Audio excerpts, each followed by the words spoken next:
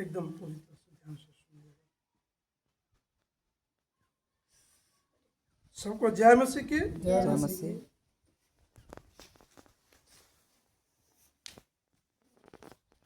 परमेश्वर का वचन में कुरिन्थियों 15 के 12 से हम पूरा पढ़ेंगे। कुरिन्थियों 15 के 12 से। Hallelujah hallelujah. वचन में लिखा है जो सत्य है, इसीलिए जबकि मसीह का यह प्रचार किया जाता है, मसीह अर्थात यीशु मसीह का, ध्यान से सुनना आशा, मसीह का यह प्रचार किया जाता है कि वह मरे हुओं में से जी उठा, वह मरे हुए में से मरे हुओं में से जी उठा। तो तुम में से कितने कैसे कहते हैं कि मरे हुओं का पुनरुत्थान है ही नहीं। यानी बहुत सारे लोग कहते हैं कि मरा हुआ कैसे जी सकता है। बहुत सारे लोग कहते हैं मरा हुआ कैसे जी सकता है। यदि मरे हुओं का पुनरुत्थान है ही नहीं, अर्थात यदि मरा हुआ नहीं जी सकता है तो मसीह भी नहीं जी उठा। अगर हम समझाते हैं कि अगर मरा हुआ पुनरुत्थान अगर नहीं है, इसका मतलब मसीह भी मर के नहीं जी उठा। और यदि मसीह नहीं जी उठा तो हमारा प्रचार करना भी व्यर्थ है। अगर यीशु मसीह तीसरे दिन मुर्दों में से नहीं जी उठा तो हमारा प्रचार करना भी, मुंह खोलिए सब, प्रचार करना भी व्यर्थ है। मुंह खोलिए। जब प्रभु के वचन में मुंह खोलिएगा तो सारी बातें जो अंदर भरा हुआ गलतियां गंदगी वो बाहर निकल जाएगा, वो खत्म हो जाएगा और परमेश्वर आपके चेहरे पे चमक लाएगा। Hallelujah hallelujah. जो आज चेहरा आपका मरा हुआ जैसा लग रहा है, बीमार जैसा, लाचार, चिंता में लग रहा है, परमेश्वर उसी चेहरे की चमक बढ़ा देगा। Hallelujah hallelujah. देखो, और यदि मसीह नहीं जी उठा तो हमारा प्रचार करना भी व्यर्थ है और तुम्हारा विश्वास करना भी व्यर्थ है। आप विश्वास इसलिए करते हैं कि हमारा यीशु मसीह जिंदा खुदा है, हमारा यीशु मसीह जिंदा सच्चा परमेश्वर है। वरन हम परमेश्वर के झूठे गवाह, वरन हम परमेश्वर के झूठे गवाह ठहरे, क्योंकि हमने परमेश्वर के विषय में यह गवाही दी कि उसने मसीह को जिला दिया, यद्यपि नहीं जिलाया। यदि मरे हुए नहीं जी उठते और यदि मुर्दे नहीं जी उठते तो मसीह भी नहीं जी उठा। और यदि मसीह नहीं जी उठा तो तुम्हारा विश्वास व्यर्थ है और तुम अब तक अपने पापों में फंसे हो। अपने पापों में फंसे हो। कब? जब आपका विश्वास ये कहता है कि यीशु मसीह जी नहीं उठा, यीशु मसीह मुर्दा था, मन मुर्दा हो गया था और वह मुर्दा ही है, वो नहीं जी उठा, इसका मतलब है कि आपके पाप भी क्षमा करने वाला संसार में कोई दूसरा नहीं है। तुम आज भी अपने पापों में फंसे हो, क्योंकि जब कोई पाप क्षमा करने वाला है ही नहीं, इसका मतलब आप पाप में हो। यहाँ वचन कहता है कि आपका विश्वास कैसा है। यीशु मसीह मुर्दों में जी उठाए देखा लोगों ने, और उसके जी उठने के कारण ही हम बचाए गए हैं, हम बचाए गए हैं, हमारे पाप क्षमा हुआ। हम कैसे कह सकते हैं कि यीशु मसीह तीसरे दिन मुर्दों में से नहीं जी उठा? क्योंकि उसके सामर्थ्य हम अपने जीवन में देखते हैं। Hallelujah hallelujah. जब कोई यीशु के पास आता है सब कुछ छोड़कर, तो उसका जीवन बदल जाता है, क्योंकि ये काम एक जिंदा ही कर सकता है, जिंदा खुदा कर सकता है, जिंदा परमेश्वर कर सकता है। Hallelujah hallelujah. वरन जो मसीह में सो गए हैं वे भी नष्ट हुए। यदि हम केवल इसी जीवन में मसीह से आशा रखते हैं तो हम सब मनुष्यों से अधिक अभागे हैं।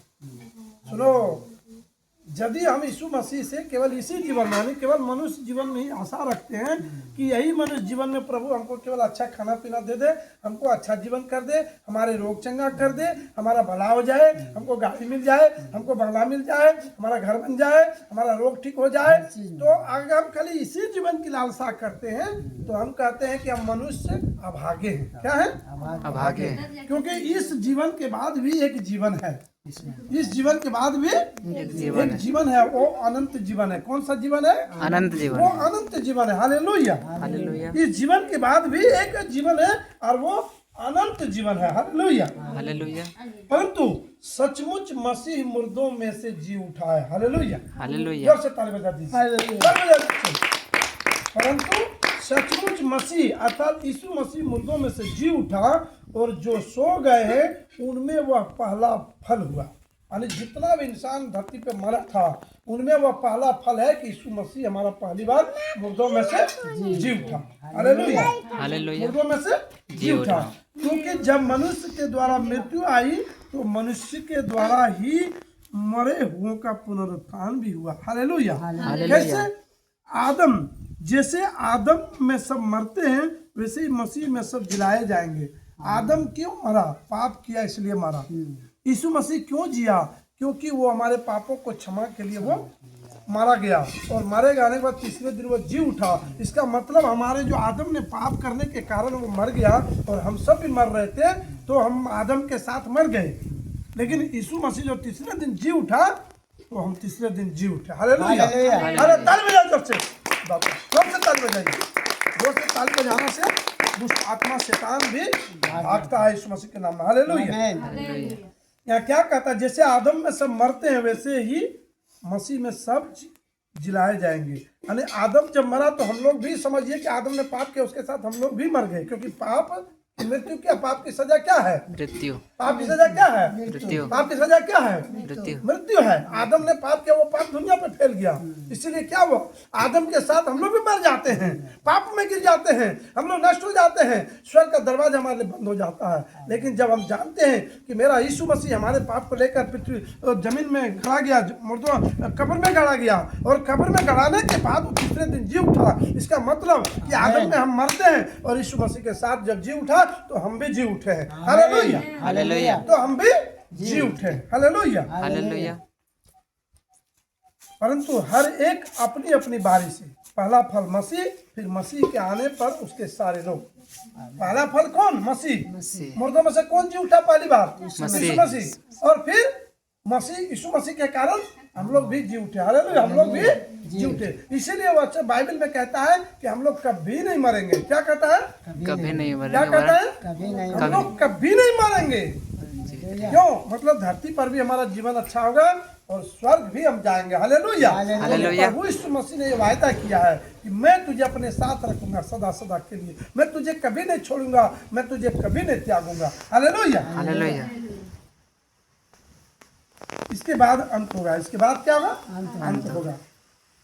उस समय वह सारी प्रधानता, सारा अधिकार और सामर्थ का अंत करके राज्य को परमेश्वर पिता के हाथ में सौंप देगा। जब हम लोग जिलाए जाएंगे, यीशु मसीह के पास चले जाएंगे तो क्या करेगा? सारी प्रधानता, सारे सामर्थ क्या करेगा? परमेश्वर पिता को सौंप देगा और ये पृथ्वी क्या हो जाएगा? नष्ट हो जाएगा। क्यों? ये पृथ्वी बनाने के बाद जब मनुष्य बनाया तो मनुष्य पाप में गिरा और पाप में गिरने के कारण क्या हुआ? सब कुछ बदला। लेकिन यीशु मसीह आया और हम लोगों के पापों के कारण मारा गया और अब यीशु मसीह का जो मेन कार्य है वो अपने लोगों को बचाना, अपने लोगों को बचाना। अर्थात हम सबको यीशु मसीह बचाना चाहता है। ये किसी भी ग्रंथ, किसी भी धर्म में इस तरह की चर्चा नहीं है ना? नहीं चर्चा, क्योंकि सब ग्रंथों में कहता है, दोनों अन्य धर्मों में कहता है कि मैं पापियों का नाश करने आया, मैं सबको मारने आया। कहता है कि जब सारा संसार पापी हो जाएगा तो क्या होगा? नाश करने के लिए आऊंगा। है?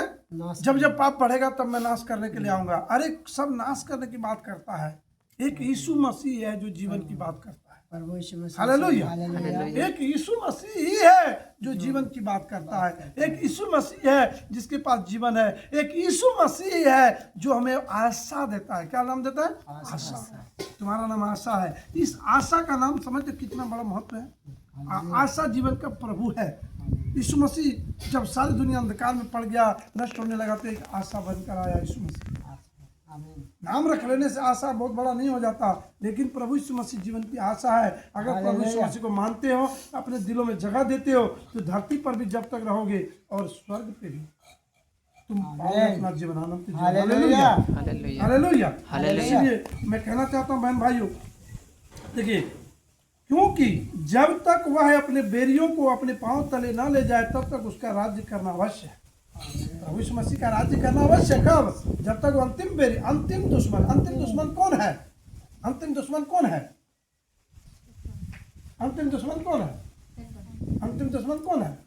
शैतान। हो गया। आप लोग यही सब बाइबल पढ़ते हैं। अंतिम दुश्मन है मृत्यु। मृत्यु पर यीशु मसीह जय तो पाया, लेकिन हम लोगों को भी प्रभु यीशु मसीह चाहता है कि हम लोग कभी नहीं मरेंगे। मृत्यु है हर दुश्मन। क्या है? मृत्यु। आदमी सबसे अधिक किससे डरता है? मृत्यु से। मृत्यु से डरता है। अभी किसके गर्दन पर छुरी रख देगा, कोई कहे चल, कहेगा बापा में धन संपत्ति सब ले ले, सब ले ले, लेकिन हमारा जरा छोड़। इंसान मरने से डरता है। जब शरीर के तुम मरने से इतना डरते हो तो आत्मा के मरने से कितना डरना चाहिए। इसीलिए मसीह में रह करके कोई भतर भतर सब नहीं बोलता है, गलत नहीं करता है, क्षमा करता है। तो अभी कैसे कर ले? इसका मतलब है कि प्रभु क्या चाहता है? प्रभु आपके जीवन को बदल देता है। प्रभु आपके जीवन को बदल। अभी ना सोचा कि वाला ये लोग प्रभु के काम के लिए देवे तो प्रभु तो रोज देते। एक गुना देवे तो प्रभु कहते गुना बख्शे। वो हम लोग देखते हैं प्रभु बढ़ाता है तो कैसे इतना करते। यीशु मसीह में आने के बाद मेरे पास सब कुछ हुआ, पहले हमारा कहा हुआ। यीशु मसीह बहुत कुछ कर सकता है। परमेश्वर है, वो सच्चा प्रभु है। वो दरवाजा खोल देगा कने तो आगू बढ़ जाए नहीं कर सकते, है ना। Hallelujah, hallelujah. देखिए, परंतु जब वह कहता है कि सब कुछ उसके अधीन कर दिया गया है, तो प्रत्यक्ष है कि जिसने सब कुछ उसके अधीन कर दिया है वह आप अलग रहा। और जब सब कुछ उसके अधीन हो जाएगा तो पुत्र आप भी उसके अधीन हो जाएगा, जिसने सब कुछ उसके अधीन कर दिया, ताकि सब में परमेश्वर ही सब कुछ हो। Hallelujah, hallelujah, hallelujah, hallelujah, hallelujah, hallelujah, hallelujah. वचन में कहता है धोखा न खाना, बुरी संगति अच्छे चरित्र को बिगाड़ देती है। बुरी संगति अच्छे चरित्र को बिगाड़ देती है। अभी जो तुम्हारे घर में परिवार में हुआ है वो बुरी संगति का असर है। हम संगति करेंगे बुरा और सोचेंगे मेरा भला हो जाए, कहाँ से हो जाएगा। यीशु मसीह ही लोगों को सावधान करता है। यीशु मसीह कहता है कि दुनिया भले पापी है, मैं पापियों का मित्र हूँ, मेरे शरण में आओ, मैं तेरे पाप क्षमा करके तुझे नए सिरे से तुझे नया जीवन दूंगा। Hallelujah, hallelujah. क्योंकि सारा संसार पापी है। किस किस को मारेगा लोग, हैं? इसीलिए प्रभु कहता मैं सबको नया जीवन देना चाहता हूँ, लेकिन स्वर्ग का रास्ता सकरा है। क्या है? सकरा है। सकरा है, उसमें थोड़ा कठिनाई है। आप चाहिएगा हम जो पार से खा लेंगे, नहीं खा सकेगा। आप चाहिएगा जो मन से बोल देंगे, नहीं हो पाएगा। आप चाहिएगा हम गलत सलत करते रहेंगे, नहीं हो पाएगा। क्यों? यीशु मसीह जैसा प्रभु है वैसे स्वभाव तुमको बनाना होगा। Hallelujah, hallelujah. बोलने से पहले बहुत बार सोचना होगा, अब आप गुनाह गलती प्रभु से क्षमा मांगना होगा। Hallelujah, hallelujah, hallelujah. Yishu Masih इस वचन के द्वारा सबको आशीष दे। Hallelujah, hallelujah.